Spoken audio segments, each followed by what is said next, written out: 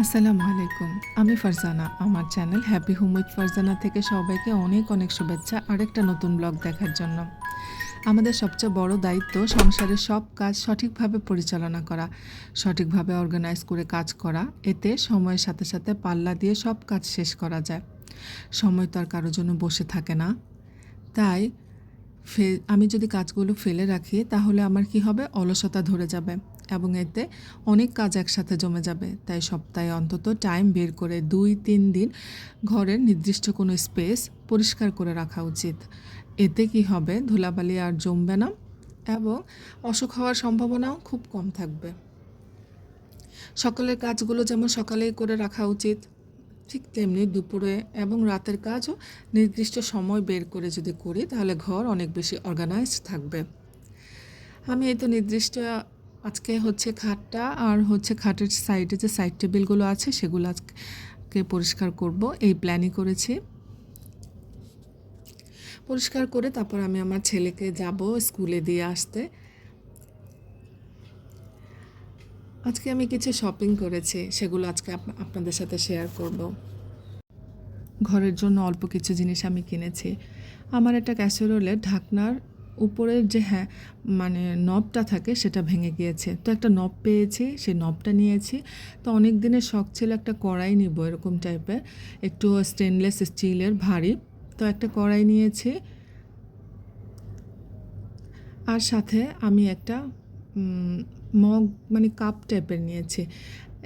এটার হচ্ছে পরিমাণটা কম হবে, বাট ব্রেকফাস্ট কাপ হিসেবে আমার মনে হয় ভালোই। আর একটা ইন্টারেস্টিং জিনিস আমি আজকে নিয়েছি, যেটা কিনে আমি অনেক বেশি খুশি। সেটা হচ্ছে কি, একটা মানে কলা রাখার স্ট্যান্ড নিয়েছি, দেখতে খুব কিউট। এই তো এই দুটো হচ্ছে কলা গাছের পাতা আর কি। আমার কাছে কালারটাও বেশ ভালো লেগেছে। আসলে এটা অ্যাসেম্বল করতে হবে, অ্যাসেম্বল করে তারপর আপনাদেরকে দেখাবো কেমন লাগে। আর সাথে হচ্ছে আমি একটা সুন্দর ড্রেসও নিয়েছি নিজের জন্য। ওই যে বললাম, শুধু কি দায়িত্বই নিতে হবে, নিজের জন্য কি শপিং করা ঠিক না? শপিং করলে কিন্তু মন ভালো থাকে, আর যখন নিজের জন্য কিছু কিনি সেটা তো আরও ভালো লাগে। আমি ড্রেসটা আসলে নিয়েছি কালার কম্বিনেশনের জন্য। স্ট্রাইপ হচ্ছে ওড়নাটা, স্ট্রাইপ ওড়না আমার পছন্দ, আর অনেক ব্রাইট কালার আমার ভালো লাগে। আর এই মানে পাজামাটাও ভালো লেগেছে, মেরুন কালারের। নিচের দিকে একটু বুকের এখানে একটু কাজ আছে এবং হচ্ছে সেম একটা বর্ডার নিচের দিকেও আছে, হাতায়ও আছে। এই তো আজকে আমার শপিংগুলো আপনাদের কেমন লেগেছে অবশ্যই আমাকে জানাবেন। তারপর আমার যে খালা আছে উনি হচ্ছে হাঁড়ি পাতিলগুলো ধুয়ে রেখে গেছে। এখন এগুলো আমি সব আবার জায়গা মতো অর্গানাইজ করতে হবে। এইগুলো আবার করাও কিন্তু বিশাল বড় একটা আমার কাছে মনে হয় কাজ, সব কিছু জায়গা মতো সুন্দর করে গুছিয়ে রাখা। একই কাজ করতে করতে প্রতিদিন একঘেয়েমি তো লাগে, কিন্তু তারপরও হয় কি, আমাদের এগুলো করতেই হবে, না করে আর উপায় নেই। ওই যে কাজ জমা করে রাখলে অলসতা ধরে যাবে, তাই আমি চেষ্টা করি কাজগুলো জমা করে না রাখার জন্য।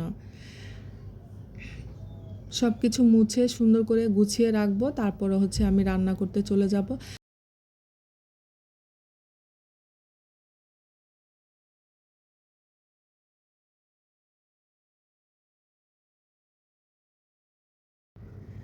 সব কিছু এখন রাখা হয়ে গেছে।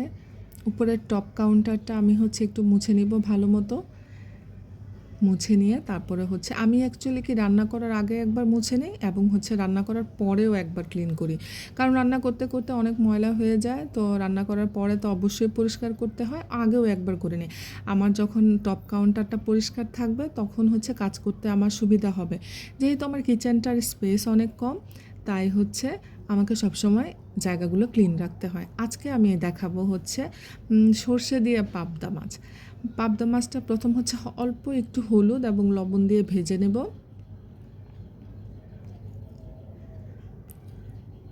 এই তো হালকা হালকা হলুদ ইয়েলো কালার বোঝা যাচ্ছে। আর আমি পাশের চুলায় হচ্ছে বরবটি দিয়ে আলু দিয়ে, আর এখানে আমি হচ্ছে একটু চিংড়ি মাছও দিয়েছি।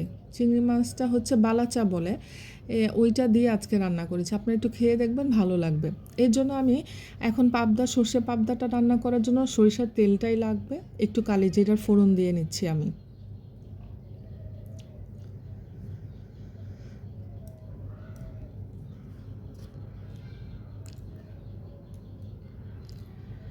তারপর হচ্ছে পেঁয়াজ ভালো মতো দিয়ে পেঁয়াজটা ভালো মতো লাল করে নিব।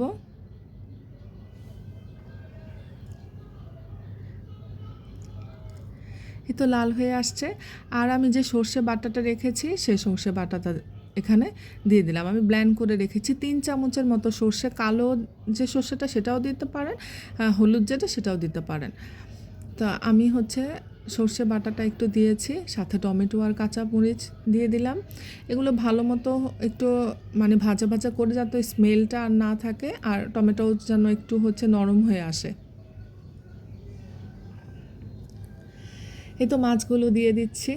একদম ইজি, অল্প সময়ে রান্না করা যায়। যেহেতু সময়টা কম ছিল, শপিং করে আসার পর হচ্ছে হাতে সময় খুবই কম ছিল রান্নার জন্য, তো এটা খুব ঝটপটে একটা রান্না।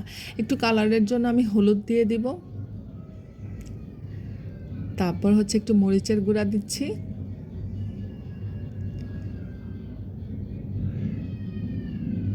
আর এই তো লবণ অ্যাড করে নিব।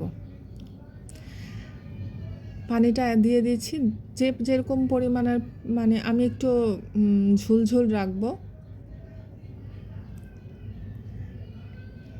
একদম ইজি হয়ে গেছে। আর এই তো ধনেপাতা দিয়ে আমি আমার পাতাটা নামিয়ে নিব।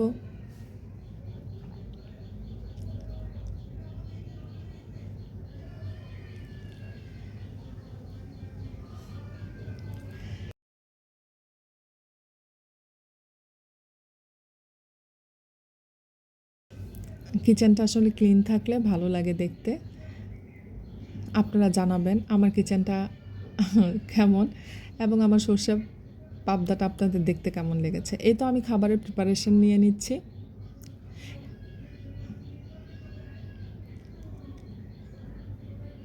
ভাজি আর হচ্ছে সাথে আমার সর্ষে পাবদা। আপনারা এমন করে খেয়ে দেখবেন, অনেক অনেক মজা লাগে। সবাই